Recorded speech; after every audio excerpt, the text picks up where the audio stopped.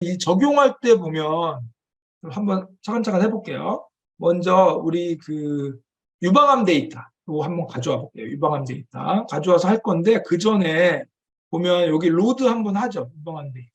그 다음에 스탠다드 스케일러로 한번 그 스케일링을 합니다.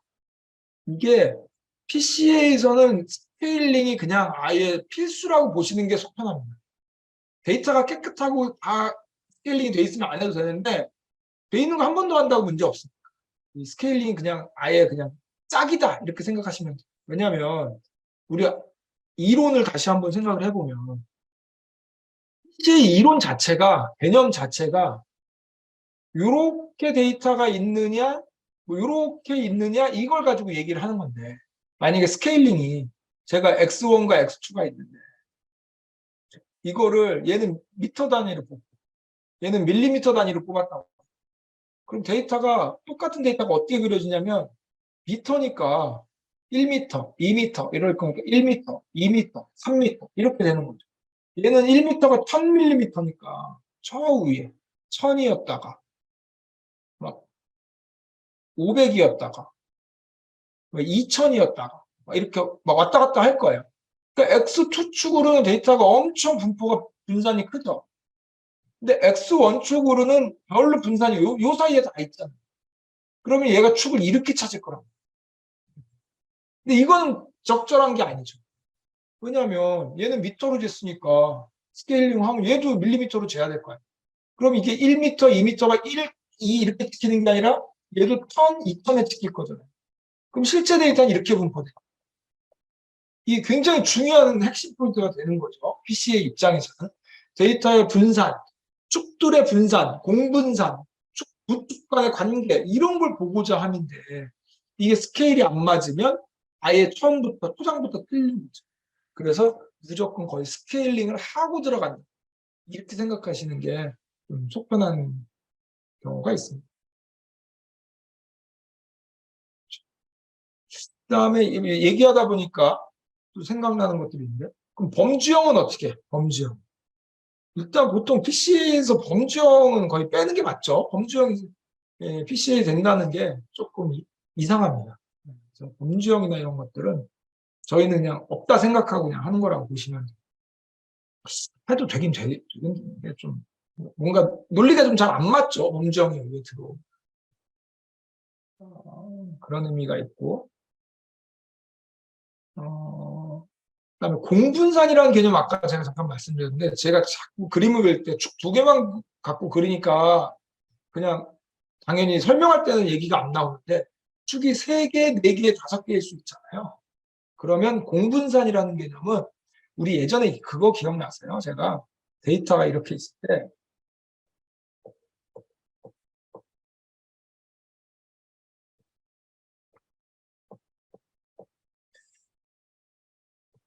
거리를 구한다. 거리를 구한다. 라는 의미는 거리라는 거는 A라는 점과 B라는 점의 거리를 구하는 거죠. 그러니까 A라는 점과 B라는 점의 거리를 구하는 거죠. 그러다 보니까 축은 어떻게 되냐면 이거 어떻게 구하죠, 우리? x1 제곱 더하기 x1 제곱 더하기 x2의 제곱 뭐 이런 식으로 구하잖아요. 우리 이렇게 구하잖아요. 그럼 여기에 더하기가 있으니까 서메이션 xi의 제곱 뭐 이런 텀이 들어갈 거예요. 그럼 이 서메이션 i 이꼴 몇 가지? 가지겠죠. 요 i가 의미하는 게 뭐냐? 결국 더하기의 방향이 어디냐면 축의 방향이 축의 개수만큼 더하는 거잖아요. 우리가 축이 2개니까 x1과 x2만 했지만 x3이면 계속 더하는 거죠. 이렇게. 그러면 결국 두 점 사이의 거리는 더하기 서메이션이 어느 방향? 이쪽 방향으로 일어나는 거죠. 이렇게 가는 거죠. 쭉 가면서 더하는 거죠. 쭉 가면서 더하는 거죠. 기준은 뭐냐면 두 점, 두 행 간의 거리를 구한다는 것 자체가 그거잖아요.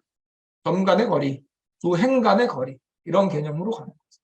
그러면 우리가 그 상관관계를 구한다. 상관계수를 구한다. 그때 그런 얘기 한번 제가 말씀드린 적이 있어요. 상관계수를 구하는 건 어떻게 하는 거예요? 상관계수라는 거는 두 축 간의 관계가 어떻게 되니? 라는 의미예요. 상관계수라는 거는 두 축 간의 관계가 어떻게 되니? 이렇게. 그래서 상관계수를 구할 때는 x1과 x2를 놓고 그리고 점들의 아까 말한 x1 빼기 x1의 바 곱하기 x2 빼기 x2의 평균 곱해서 뭐 n으로 나누고 뭐 이런 개념이에요. 당연히 다 더해야 되죠. 더할 때 이 서메이션은 뭘 더하는 거예요? 점들만큼 다 더하는 거예요. 요거 타이 곱해서 더하기, 요거 더하기, 요거 더하기, 요거 더하기, 요거 더하기. 그럼 서메이션 i 이퀄 1이라고 했을 때 이 i 요 i는 어디까지 가는 거냐면 점의 개수가 100개라면 100까지 가는 거예요. 그럼 결국 x1과 x2의 두 개를 정해놓고 이렇게 더하는 거죠. 이렇게 더하는 거라고 볼 수 있어요. 그러니까 결국 상관계수, 상관관계. 이건 뭐냐면 키와 몸무게가 어떤 관계가 있어? 키와 허리 사이즈가 어떤 관계가 있어? 이렇게 보겠다는 거잖아요. 그러니까 두 축 간의 얘기를 하는 거예요. 다시 거리라는 거는 두 데이터, 두 점. 홍길동이라는 사람과 홍길순의 특징이 어떻게 돼? 이걸 볼 때 두 사람에 대해서 각 축을 싹 더해서 수치로 표현한 게 거리고 그다음에 상관관계라는 거는 데이터들이 100개가 있는데 허리둘레와 키가 어떤 관계가 있어? 실제 관계가 있어? 이런 걸 볼 때 쭉 보는 거예요. 그러니까 밑으로 쭉 100명을 다 더해서 봐야 돼요. 그러다 보니 아까 제가 뭐라 그랬냐면 상관계수는 이거 전체를 스케일링한 거라고 했어요. X분산, Y분산. 그건 무슨 얘기냐면 공분산이잖아요, 이게. 공분산도 두 개의 축에 대해서 얘기하는 거예요. 두 개의 축. 그래서 실제 상관계수나 공분산을 얘기할 때는 축이 두 개인가 끝이에요. 더 이상 없어요. 왜냐하면 얘하고 얘하고 얘하고 얘하고 얘하고 얘하고 보는 거기 때문에. 근데 거리를 얘기할 때는 사실은 두 점 사이의 거리고 축이 10개면 원래 축이 10개 여기다 다 그려야 돼요. 그래야 요 점과 요 점의 거리를. 그런데 두 개만 그리는 이유는 그릴 수 없어서. 그릴 수 없어서 그러는 거예요. 그래서 두 점의 거리를 구할 때는 원래 쭉 10개 그려야 되는데 그릴 수 없어서 두 개만 그리는 거고 상관계수나 공분산을 얘기할 때는 축을 두 개만 그리는 게 맞아요. 더 이상 그려서는 안 돼요. 그 두 축 간의 관계를 보는 거예요. 이런 개념을 좀 갖고 계시면 좋아요.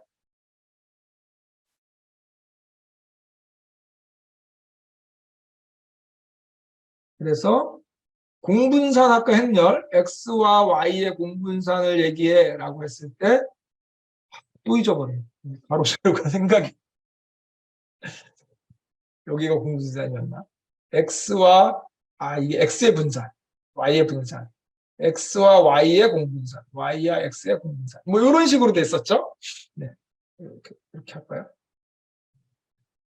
그러면 저희가 XY로 하지 말고 X1, X2, X3가 있으면 어떻게 될 것인가? 이렇게 되는 거죠? 그럼 아마 공분산이 X1, X2, X3의 각각의 분산, 그 다음에 어떻게 되는 거죠? X1과 X2의 공분산, X2와 X1의 공분산, 뭐 이런 식으로 되겠죠? X1과 X3의 공분산, X3와 X1의 공분산, 뭐 이런 식으로 채워나가는 겁니다. 네, 여기는 어떻게 됩니까? 네, 이런 식으로. 그래서 우리는 두 개 가지고 얘기했지만 세 개, 네 개, 다섯 개가 될 수 있다는 거죠. 근데 분산은 공분산이나 상관계수는 두 축간에만 얘기를 하는 거기 때문에 축이 늘어나면 각각 X1과 X2의 공분산, X1과 X3의 공분산, X2와 X3의 공분산 이런 애들이 의미가 있다는 거죠. 그게 요 숫자로 온다는 거예요.